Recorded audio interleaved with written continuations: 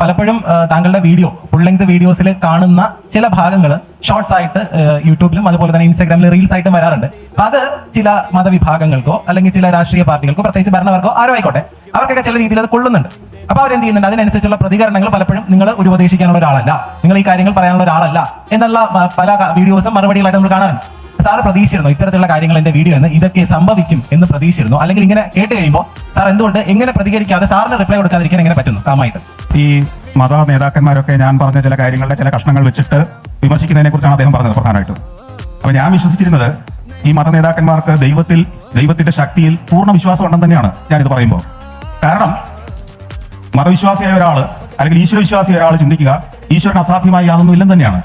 ഈ പ്രപഞ്ചത്തിൽ നടക്കുന്ന ഓരോ കാര്യവും ഈശ്വരൻ അറിഞ്ഞു നടക്കുന്നു എന്നാണ്. സന്തോഷ് ജോർജ് കുളങ്ങര എന്തു പറയണമെന്ന് പോലും തീരുമാനിക്കുന്ന ദൈവമാണെന്നാണ് അവർ വിശ്വസിക്കുന്നതെന്നാണ് ഞാൻ കരുതുന്നത്. അപ്പൊ അതൊക്കെ എന്നെ കൊണ്ട് പറയിപ്പിച്ചത് ആരാണ്? സർവശക്തനായ ദൈവം തന്നെയാണ്. ആ ദൈവത്തെ അവരെന്തിനാണ് ചോദ്യം ചെയ്യുന്നത്?